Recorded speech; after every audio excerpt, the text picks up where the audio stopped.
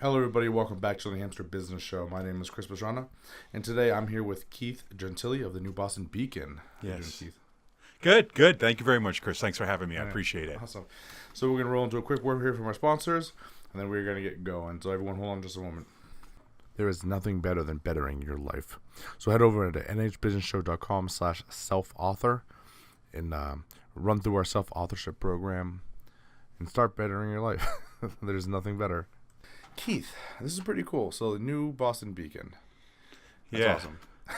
Yeah. So we in New Boston had an opportunity where we were without a paper since the summer of 2017. So there was a little bit of a void. Yeah. And after a 20-year run by the New Boston Bulletin, it just came time where they decided to retire and move on. And I had thought about starting something sooner.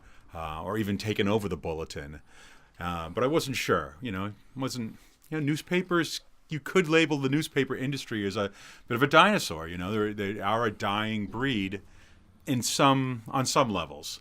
I think the community newspaper, in my case, a monthly newspaper, is not. I think that's kind of the exception to the rule. And after giving it a lot of thought and thinking about it this winter, I decided to see what I could do. And pieces fell into place in the fall, especially through like October, November, December. We launched at the end of January, and with a monthly publication, The Beacon, and the community support has been fantastic. We've been very lucky. Again, a lot of the groundwork was laid by my predecessor, the Bulletin.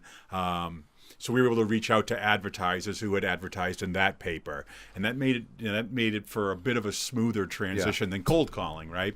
So from a pure business standpoint, people say the answer to everyone's questions is money, and it certainly is, part of the equation here. Without advertising, without the financial support of the local business community, we weren't going to make a run at it. We also generated some funding from the community itself. That we had a GoFundMe campaign that raised a few $1,000s, which was very advantageous for me because it allowed me the comfort of knowing, okay, the community wants it. They've said they've wanted, but they've also put a little bit of money behind it, saying, "Here, this will help you get launched." Yeah, they pretty much put their money where their mouth was. They're willing to support what they said they would. Yeah, and so I wasn't sure. Those first couple of issues, I wasn't sure if I would be able to have time to get enough advertising to support them 100%. The first issue was really a break-even venture for me. I didn't make any money on it, and that's okay. I'm trying to establish a brand, establish my place in the community with town folk, town government, as well as the business community. So, you got to, I don't want to say it. You want to crawl before you walk and walk before you run. So, we're crawling right now. We're just kind of getting started. But we'll put the third issue to bed this weekend. And then I really feel like, okay, we've done 3 of them now. The warmer weather's coming, so there's more advertising opportunity with farm stands and gardens and everyone who's doing stuff outside. So we're kind of excited about all the new advertising opportunities that will open up this summer. Yeah. So you're right. This is kind of interesting. It's another reason when you reached out, I was like, oh yeah, I totally want to do this because our mediums are so different. I'm totally online, completely digital, and you have a paper product, which across the board people would say is kind of dying out. Yeah. But here you are making a run for the new one, and so I was like, this is really cool. I want to do it. Yeah. So I hope my blueprint, my plans are to make it a full-time endeavor. Right now, for me, it's nights and weekends and filling in the gaps for myself. But I would love to maybe flip my day job and my night job. I'd like the Beacon, again, if I can grow it as a brand. Right now, we're 24 pages. Yeah. And so a formula that some paper mediums, newspapers use is if you can sell 50% of your paper, if you can be 50-50, 50% advertising, 50% editorial, it's a winning formula. My first 2 issues, I sold about 6 to 7 pages. So I'm at like a 25-30% advertiser. I'm not at that winning formula. But the nice thing for the community is that's more editorial content for them. That's more stories, more pictures. It's a healthier read. It's got some thud factor, and that was some of the feedback I got from my first issue, that there's a lot here. There's a lot to read, which was really nice to hear. Now, Again, in a perfect world, there'd be a little bit more advertising in there.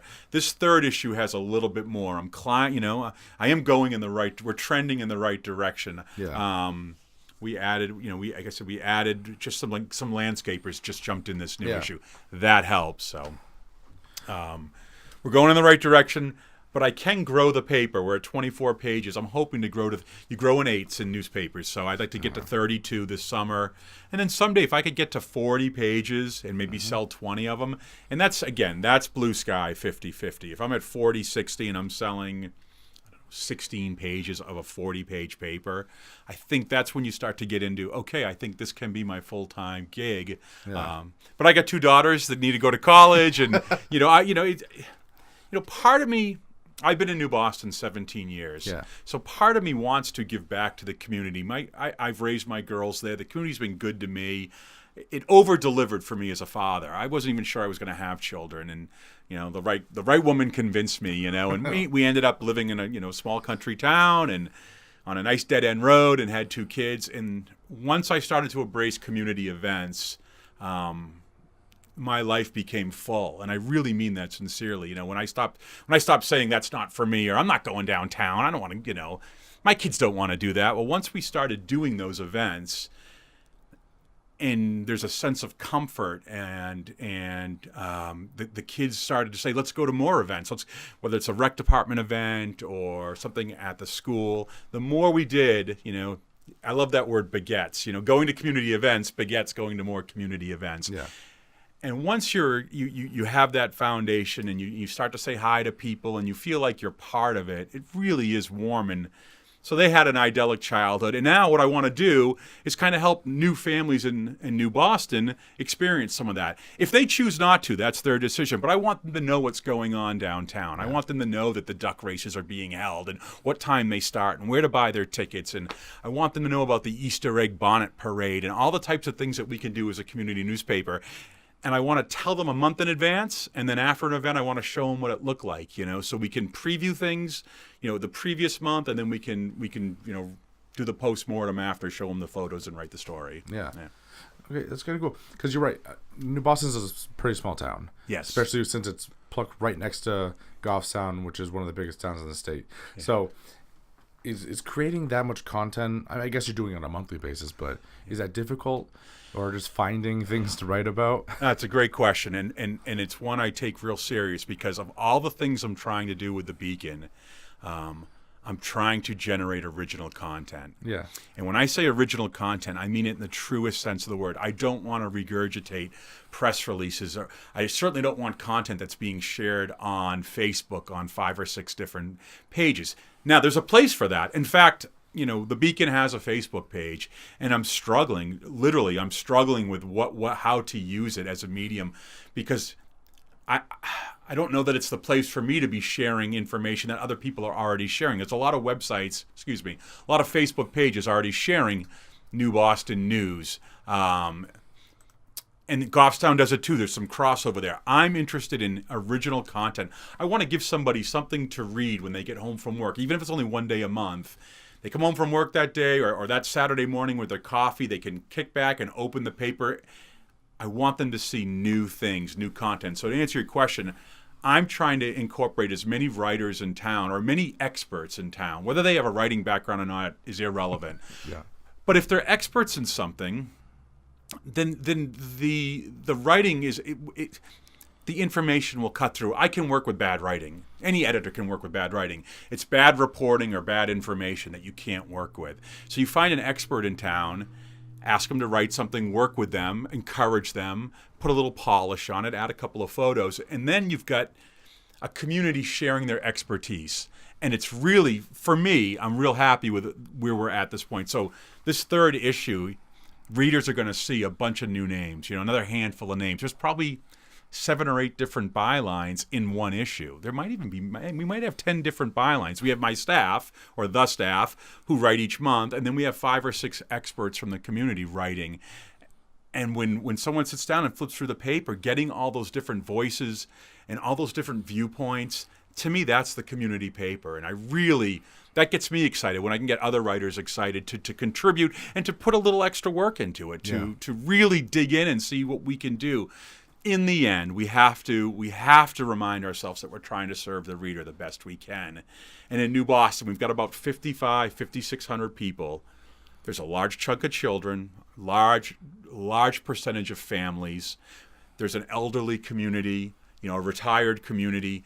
So I want to make sure that there's content for everybody. If you're a single guy who owns a house in town and you want to know where to go see some live music, I want to have something for you, whether it's in Peterborough, Manchester, Milford. I want to have listings for you to go, hey, I know that band that's playing at the Pasta Loft in Milford. I want to have that for you. But at the same time, I want to make sure families know what's playing in the local, like a play at the Amato Center in Milford, or, what to do with your children, and, and then seasonal each month, where to go play miniature golf or go bowling or go to the movies, like things like that. I want to make sure people are reading interesting content by interesting people. So. Yeah, which is really cool. Like, this is something that I often talk about, is kind of missed nowadays. Because yes, we have social media. As you said, there's like 3 or 4 of them in Goffstown, all kind of kicking back the same info. But to literally that paper, you kind of add something else to it. Like you said, there's things being written by people in the community. It's for the community, and it's kind of just. I think the quality information is probably a little better. Yeah. Well, thank you. Yeah. One of the things I'm stressing to all my writers, is traditional journalism. And what I mean by that is, if you're a pure expert and you want to write a column about your life. So I have a columnist who's writing a health and wellness column, and she's fantastic. She's written 2 for me. She's great. And she can write in the first person and write about her health and wellness, 30 years of experience. And she can just write, a first person column sharing information with the community. That's one slice of journalism. That's a column. Yeah. I'm also trying to make sure my news writers or my feature writers, people who are covering a subject, know that they need to interview experts and put quotes from them in the story. Yeah. That readers need to hear from people who are experts. The writer's not the expert by any means. So they've got to go out there and do interviews. I'm stressing them. I want 2 or 3 sources per story. Even if you only have 1 or 2 quotes from each person, that's okay. But I want my readers to pick up the paper, flip through it, and hear all those different voices. So we're trying to interview people who are involved in the town, whether they're, the selectmen or school committee, or we're trying to be everywhere we can be. Now, being a monthly publication, I know we're limited on breaking news. We're not going to break news. There's, we're trying to report on stories that are kind of unfolding in front of us, especially on social media. People are reading a lot before they get the paper. Yeah. But we take it serious. Last month, or the current issue, the Winslow story, the Winslow case, which is a big story in New Boston. I spent hours going through documents and records and meeting with a lawyer and really pouring in. I mean, it was real journalism. I'm proud of the piece I ran, and I got some good feedback on it. And so there's that's going to be mixed with your maple syrup story, right? That's the juxtaposition of what the paper can do. We can talk about the band playing at Molly's Tavern. We can cover the hard news on the front page. We can cover the election and town government. But I want to have those pieces about skiing Tuckerman's Ravine, or I want to have a piece about going to Crotchet Mountain, or hiking Monadnock. Like I want to make sure people feel like, you know what? There's a good idea. We should do that. Let's, that's what we should do this weekend. The Beacon has it, Like I have this dream that I'll be eating breakfast one morning at the Northeast Cafe, and I'll overhear someone at another table say, did you see what the Beacon had? And just hearing that, I don't know, make me feel like I've arrived. And we're a long way from that, but we're trying to establish a brand, really. Yeah. Be the paper of record in town. That's what we'd like to do. And it's going to take time. Yeah, that's pretty cool. So earlier you had mentioned that there's a bunch of people kind of showing their expertise inside of the newspaper. Yeah. Right. So what type of things are you kind of reporting on? Okay. So our first issue, we had a local photographer, Allison Hope McGrail, who's certainly an expert photographer, talked about winter photography and gave our readers tips how to shoot in winter, how to handle snow and snow backdrops or lighting in the snow. We had the restaurant, the guy Tino owns Northeast Cafe, talked about working in the kitchen. So basically they're business leaders who own businesses in town. They have a certain expertise, but I want them to write about something. Everybody has a kitchen in their house. So he talked about being in the kitchen. Actually, he's got a story in the upcoming issue about raising pigs that they brought to slaughter. Yeah. And I think it's fantastic. It's a great story. It's a great story. And it's, again, first person from his experience of raising pigs and basically bringing them to slaughter and doing the butchering himself. And so it's good stuff. I've got the landscaper in the current issue, or the April issue, talking about cleaning up, tips for cleaning up your lawn and your garden for the month of April. So it's totally on point. He owns Grasshopper's Garden Center, John Morris in town, and it's great. It's I'm very lucky to have folks, and I have folks from like the New Boston Historical Society. They have a page every month. There's a real interest in history in New Boston. Yeah. And it really, so I gave them a whole page, or worked with them, and they have a page every month. So we do a page every month dedicated to what I call Our Town Yesterday, and it's opposite of Our Town Today. So old New Boston news with today's New Boston news side by side. Yeah, and it's been real effective. On the editorial page, this is another spot where I'm using folks in town as a resource. Because I'm new to journalism here, meaning I just launched this paper. I'm not an expert on town government yet. Maybe in a year I will, maybe in 6 months, but I just started following it closely. So my editorials are being written by people who are in it. My April editorial, we call it Perspectives. So I'm encouraging people in town to share their perspective with the community. Yeah. Woman who ran for the Board of Selectmen as a write-in candidate wrote this month's Perspective. And it's a really unique, it's a first-person look at what it's like to run for Board of Selectmen, as a write-in candidate in New Boston. It's a very unique, she's the only one who did it. So her perspective is very unique. Last month we had a member of the fire ward talk about the new fire station. We had a member of the New Boston Taxpayers Association write against. So it was a pro and con against the new fire station that was going up for vote. And that was in our March issue. And that was a real sensitive subject. And I had mixed emotions about doing it or putting it together. But in the end, I think we really served the readers well. We showed them two sides of the issue. Yeah. We're not trying to persuade them. We're just trying to educate them and inform them. They can make their own decisions. They're smarter than I am. They've been, they let them. We're just providing the information, and I think we did a really good job on it. So that's kind of this, when you add up all those different departments, I call it the Hometown Experts page, where people in town are writing the health and wellness column, the perspectives from folks in town. Page after page, it's all original content, as I said earlier, and that's really important to me. Yeah, well, that's pretty cool.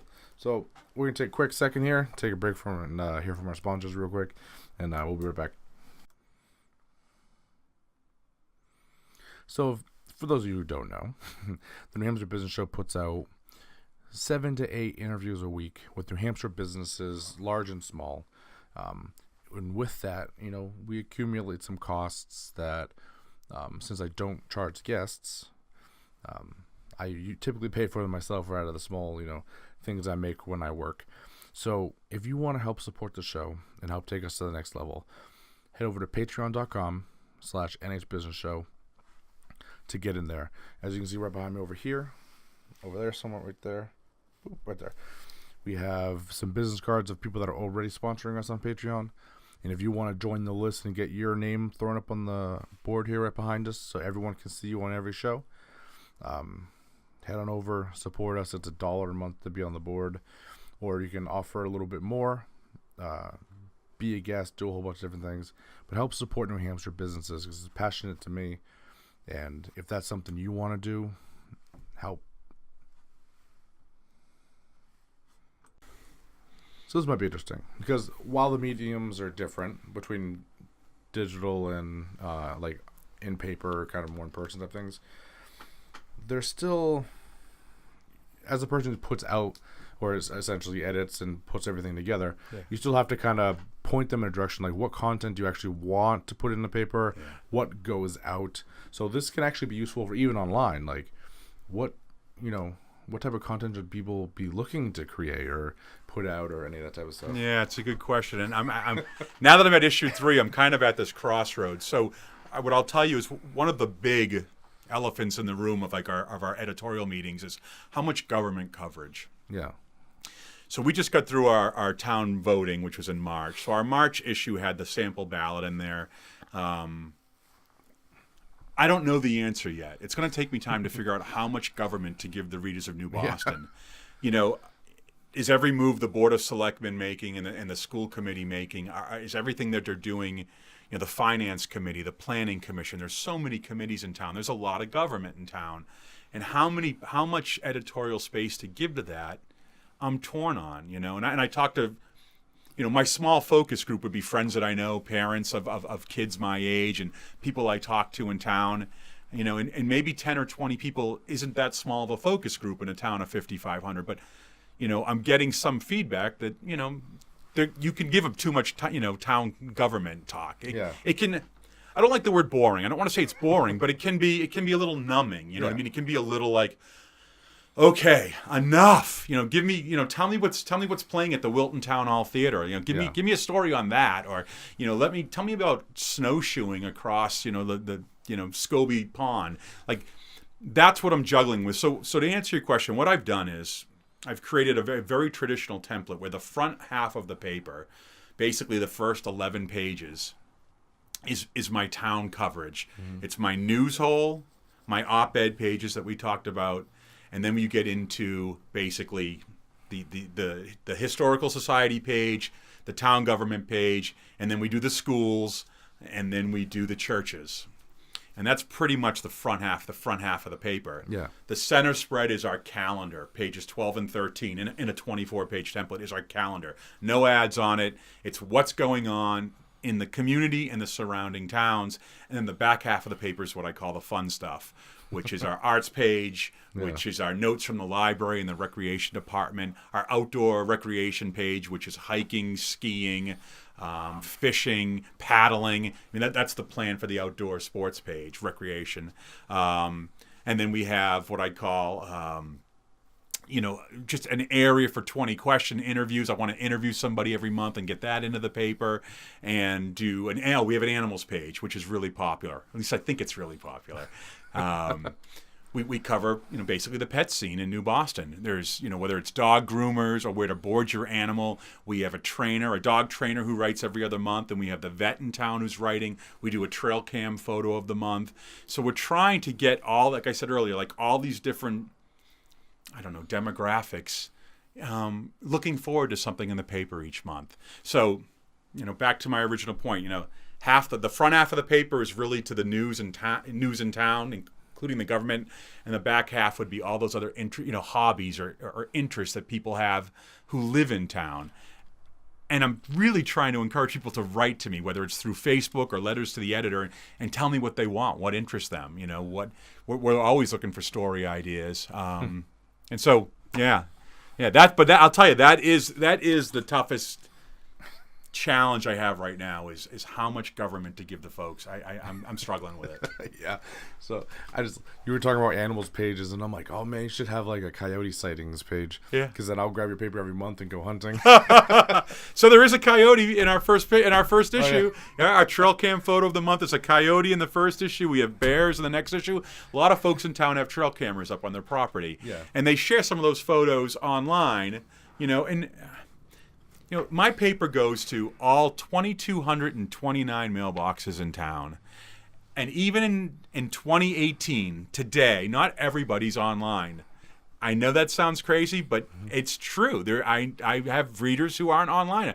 I've gotten phone calls from people, from members of the elderly community or senior citizens in town who are not online. And then there's another percentage who are certainly not on Facebook. Yeah. And I have buddies who are, my age, professional businessmen in their 40s who are not on Facebook by choice or used to be and have walked away from it. So they're not seeing a lot of that stuff. So I want to give it to them in the paper, So they're a part of it is a challenge, but yes, I want them to see things. So the other thing that I'm doing too is I'm doing more and more color pages every month because I really believe in the photographs. New Boston's a very visual town. It's very idyllic. No street lights. Yeah. No neon. There's really very little business. We have the country store and the general store in the center of town and the hardware store, the pizza place. But even that, there's no neon. So the photographs are very, again, idyllic, and I want to show the town visually each month. So color photos do that a lot better. So even like the center of our town. I think the color photos cost me more. But the readers are worth it. That's part of establishing the brand. I want them to see the paper in color. I feel like if I give them a good product, a good quality product, advertising will come. I think people, I'd like to think it's cool, like on some level the paper can be cool and people want to be a part of it. I'm not sure we're there yet, but I want people to think that. I want them to at least be like, you know what, I'm going to read it. So if I'm going to read it, people like me are going to read it. Well, maybe I should advertise in it, because we are, like I said, it goes to every mailbox in town by the first of the month. And then I take that's 2,200 issues. I take another 1,800 issues to local businesses, and I deliver them myself to businesses in New Boston, Milford, Mount Vernon, Ware, Greenfield, Amherst, Francis. I didn't go to Francistown because the store closed in Francistown. Oh, in Mount Vernon. Anyways. So there's so much we can talk about. Like, 'cause I'm just running through all the questions in my head of like, even just what you said. One of the stores closed down. I'm like, okay, well, how do we find the places to put them? And then, we already kind of covered which articles to run. I kind of wrote down a note where I'm like, well, how do we bridge the gap between publishing and digital? Like, do you put some of the articles online too? And so there's so much we can can go into. So I haven't really done that yet. I've done what I've done a couple times. Actually, in the first 2 issues is I just don't have space for everything. Yeah. Space, and I'm going through it this week, and I'm cutting every month. I cut some stories, or I bank them. If they're timeless, I can bank them and bring them back for the next issue. But copy is being cut or trimmed or held. And so what I have done when I couldn't run a full piece, I've used my Facebook page for basically supplemental, coverage, and I've noted it in the paper for additional, material. Or this is an edited version of the Finance Committee report. For an unedited full report, go to our Facebook page. Yeah. So I can get about 1,000 words on a page.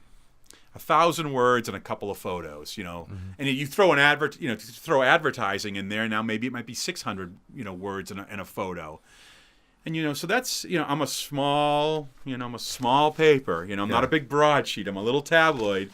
So what happens is if somebody writes a 1,500 word story, that might be 2 or 3 pages. All right, I've got to find space for it or cut it.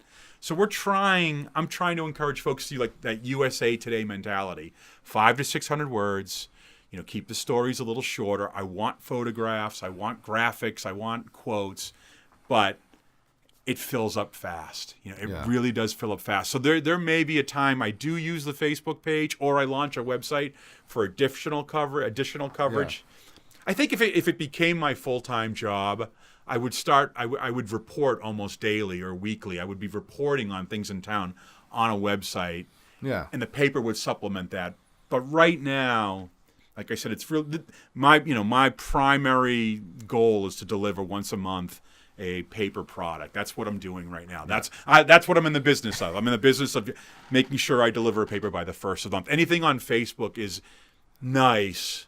But that's, again, I don't have a huge following, and other people have been doing that, and maybe they do it better. Or, part of me also thinks the Facebook phenomenon for news is kind of shifting too. That the whole fake news, scenario, and I don't want to get too much into it but I just don't know that it's the proper medium for folks discussing. We learned a lot in New Boston during this last voting cycle on Facebook. It brought out the worst in the town. Yeah. It brought out the best in the town at times too. I don't want to make any controversial statement, but at times it felt like you really got dragged down, or like some people can talk to you and they can make you feel really good. They can fill you up. Sometimes you'd read those Facebook pages right before going into, and it just drains you, and it started to pull from your belief or experience. It's like maybe our town isn't so great. Look how unhappy so many people are, and they're voicing it over and over, and it begins to I don't know. It just is a real sinking feeling. Yeah. It just makes you feel beat up, dragged down, deflated, and you're like, ooh, geez, I should stop reading this stuff. Yeah. Yeah. And I think that's another reason to really like the down to earth, like, homegrown publications. Yeah. And I always talk about this, like, yes, the big ones are cool, Fox and Boston Globe. You got all these, like, huge newspapers, but the down to earth stuff is the stuff that's probably not going to make you depressed and all crazy, because it's cool stuff from your town, and so and so's pets down the street, and all the little things like that. And it's not as depressing as what you get at grand scale. Yeah. One of my goals is to keep the content as uplifting or positive as possible, to share as much good as I can. Yeah. We've got 2 pages of school coverage for the school in town, or the schools in town, preschools, the elementary school. I've got student reporters who go to school every day in Goffstown, and I've got a writer at the middle school and a writer at the high school. Mm-hmm. And I think that gives people a nice insight onto what's going on there. Some stories we have to cover, and they're going to be challenging. But overall, I do want the message to be: there's a lot of good going on in town. A lot of, like I said, interesting people doing interesting things. We want to cover it, and there's a lot of smart people in town, and doing things that. It's very surprising. You'll get in a conversation with somebody, and then you'll find out they've been here 47 years, and they used to own an apple orchard in town. Yeah. And I just got that story yesterday, and it's just there's a lot, there's enough to talk about. There's a story on every corner in New Boston.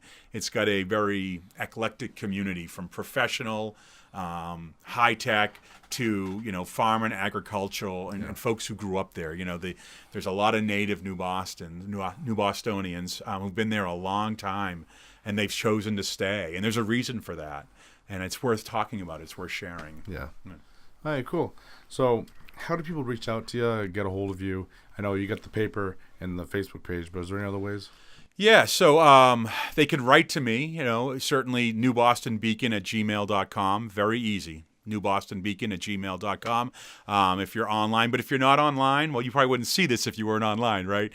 But I have a P.O. box at the New Boston post office box, P.O. Box 162.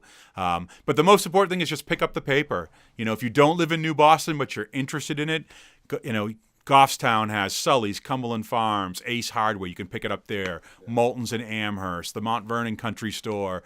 All over Milford, I'm distributing papers. So you can find the paper. And if you're driving through New Boston, Dodge's right downtown, the country store right in the center of town is a great place to pick up a copy. I give them 300 or 400, and they go through them, which is really nice. So that's probably the best way to get me. But I'm happy to talk to anyone. I'm looking for feedback. I really am. I got a lot of feedback on the first issue. I got phone calls and emails. People stopped me on the street, quote unquote, in New Boston. It was really nice. The second issue came out. It was a little bit quieter, which is okay. It's understandable. It's not new. But I got very little feedback on the second issue, which is, again, fine. I'm just hoping to get the community involved. We launched a classified section, and I want it to fill up. I want people to use it, as a resource for the town. So we'll see. We'll see how it goes. Okay, it's pretty cool. So thank you for joining me, and this was really, really interesting. Because like I said, our mediums are so different. Yeah. But it's really good to see, like I said, like the down to earth, homegrown type publication, and I think that I think it has a place. Great. That a lot of big news is kind of failing, but I think that it's kind of the same thing where I would rather read a book than look at like Kindle. Yeah. I can't do it. I want to look at it. I want to hold it. I want to see it. And so I think, that's pretty cool. Thank you. Thank you very much. I appreciate it. It's nice being here. Yeah, definitely. So thank you guys so much for watching. I'm going to roll out with a word from our sponsors, and then I'll catch you guys on the next interview. If you're looking for more business, join Gold Star Referral Clubs. We're currently accepting applications for almost every industry, including real estate, mortgages, insurance, you name it.